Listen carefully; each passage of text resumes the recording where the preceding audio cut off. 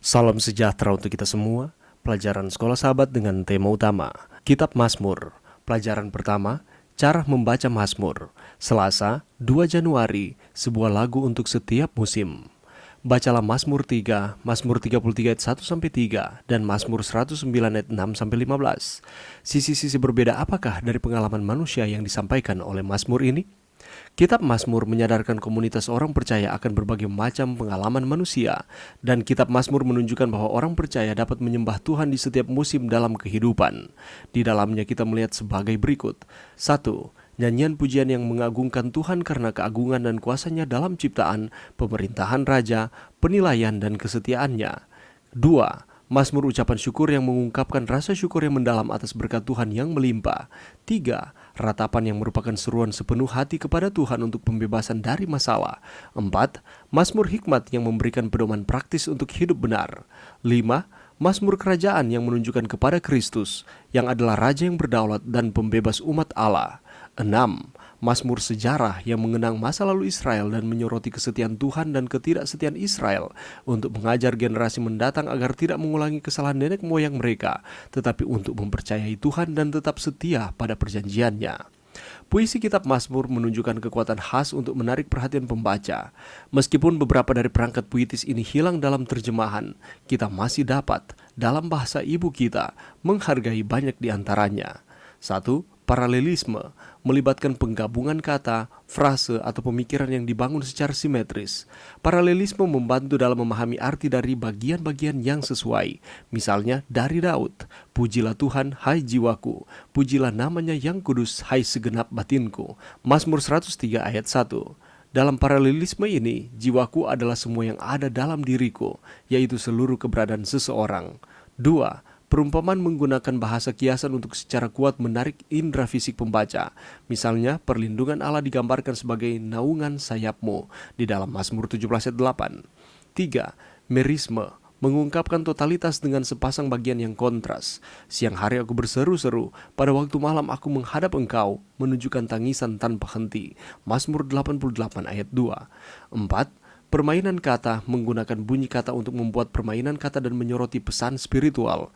Dalam Mazmur 96 ayat 4 dan 5 kata Ibrani Elohim atau Allah dan Elilim atau berhala menciptakan permainan kata untuk menyampaikan pesan bahwa dewa bangsa-bangsa yang hanya tampak sebagai Elohim atau dewa tetapi hanyalah Elilim, berhala. Akhirnya kata Sela menunjukkan jeda singkat baik untuk panggilan agar berhenti sejenak dan merenungkan pesan dari bagian tertentu dari Mazmur dan perubahan iringan musik di dalam Mazmur 61 ayat 5. Pelajaran yang bisa kita dapatkan pada saat ini, saudaraku, Kitab Mazmur sebagai bagian dari kitab suci merupakan kumpulan sajak-sajak pujian, doa, kesaksian, dan ungkapan perasaan yang mendalam.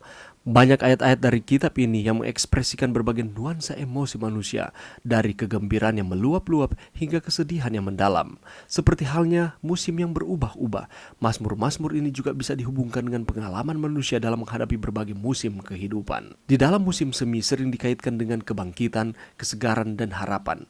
Dan Mazmur-Mazmur yang menggambarkan kebangkitan dari keterpurukan, kesembuhan dari luka, dan pertumbuhan spiritual dapat dianggap sebagai lagu musim semi.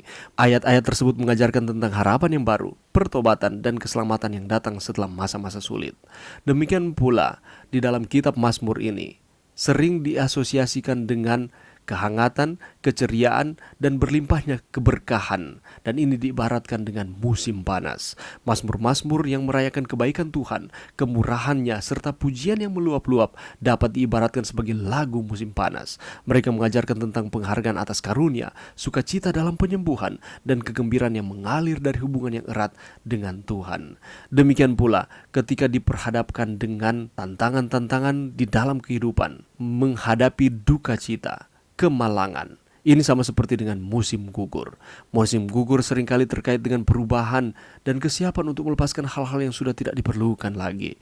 Mazmur-mazmur yang menghadapi kehilangan, penyesalan, atau perubahan dalam hidup dapat dianggap sebagai lagu musim gugur. Mereka mengajarkan tentang kesetiaan Tuhan di tengah-tengah kehilangan, kesiapan untuk melepaskan, dan kebijaksanaan dalam menghadapi perubahan. Demikian pula dengan musim dingin, sering diasosiasikan dengan keheningan, kesunyian, dan pertumbuhan yang tersunyi di bawah lapisan salju. Mazmur-mazmur yang menyuarakan kekosongan, kebutuhan akan perlindungan Tuhan, atau kegelapan spiritual dapat dianggap sebagai lagu musim dingin. Mereka mengajarkan tentang harapan dalam kesulitan, perlindungan Tuhan di tengah ketidakpastian, dan proses penyembuhan yang terjadi di balik kegelapan. Setiap musim dalam kitab Mazmur ini memberikan pandangan mendalam tentang dinamika kehidupan rohani seseorang. Seperti halnya musim yang berganti, manusia juga mengalami berbagai fase di dalam kehidupan kita. Dalam perjalanan kerohanian kita, ayat-ayat di dalam Mazmur ini menjadi gambaran yang dapat memantulkan pengalaman kita dalam hubungan kita dengan Tuhan, memberikan dukungan, penghiburan, dan arahan di dalam setiap musim kehidupan yang kita jalani. Puisi kitab Mazmur menunjukkan kekuatan khas untuk menarik perhatian pembaca. Adanya paralelisme, adanya perumpamaan, merisme, dan permainan kata, dan diakhiri dengan kata sela, memberikan keunikan terhadap kitab ini.